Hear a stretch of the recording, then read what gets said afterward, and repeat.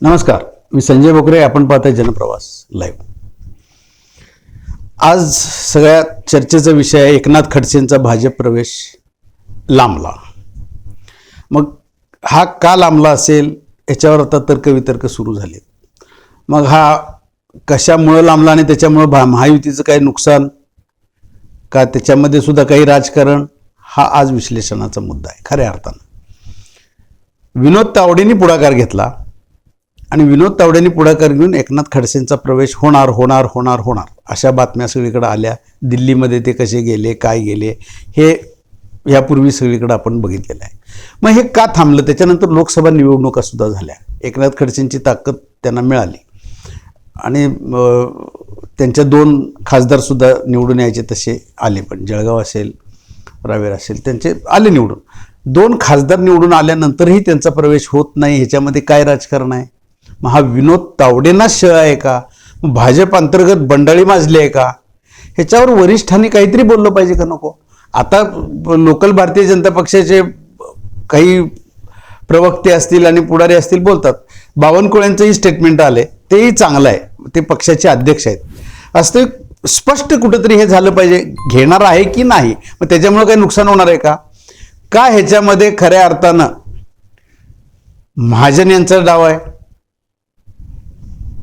आज तिथं जे राजकारण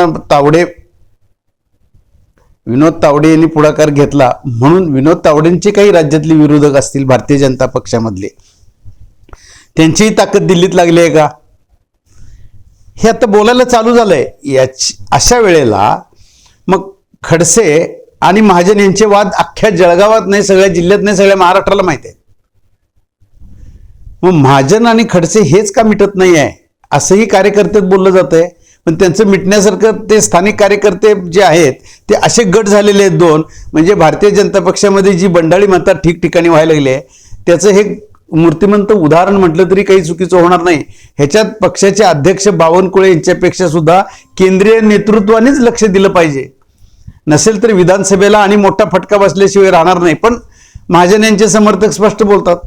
गिरीश महाजन यांचे समर्थक जे आहेत ते ठामपणे सांगतात, खडसे आले तर आम्हाला नुकसान आहे, खडसे आले तर आम्हाला आणि नुकसान आहे. पण उलट खडसे आल्यानंतर आणि 1 सीट वाढेल मुक्ताईनगरची, असंही काही भारतीय जनता पक्षातली ज्येष्ठ मंडळी पण बोलून दाखवतात.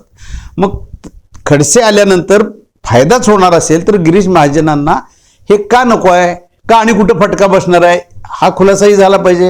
हे का भारतीय जनता पक्षात अंतर्गत जी बंडाळी, म्हणजे पंकजा मुंडेंचं आपणाला माहिती आहे, त्याच्यानंतर तावडे कसे दिल्लीत गेले हेही माहिती आहे.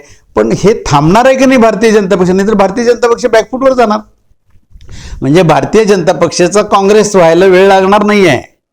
लोकसभेत कसे फटके बसले हेही बघितलंय. पण विधानसभेला आणि फटके बसायचे नसतील तर अंतर्गत बंडाळी जी चालली आहे, गटबाजी जी चालली आहे, ती थांबणार आहे की नाही? आणि ती थांबण्यासाठी प्रयत्न होणार आहेत की नाहीत? देवेंद्र फडणवीस हे मोठं खमकं नेतृत्व आहेच. भारतीय जनता पक्ष राज्याचं नेतृत्व म्हणजे फडणवीस साहेब, दुसरं कुठलं असं एक नाव आहे का? नाही आहे. मग त्यांनीच सामोपचारानं हे घेतलं पाहिजे की नको? आणि हे केंद्रातले नेते बघणार आहेत का हीच गटबाजी? म्हणजे याचा काँग्रेस, म्हणजे काँग्रेसचं आता जे गटबाजी म्हणजे आधी जे प्रचार केले 2014-19 आपण बघत आलो. 2014ला तर नरेंद्र मोदी लाट कशी आली आणि ह्यांच्यातली गटबाजी त्याच्यानंतर सुद्धा किती काँग्रेसमध्ये चालू होती. मग गुलाब नबी आझाद असतील, कपिल सिब्बल असतील, हे सगळं बघितलंय आपण.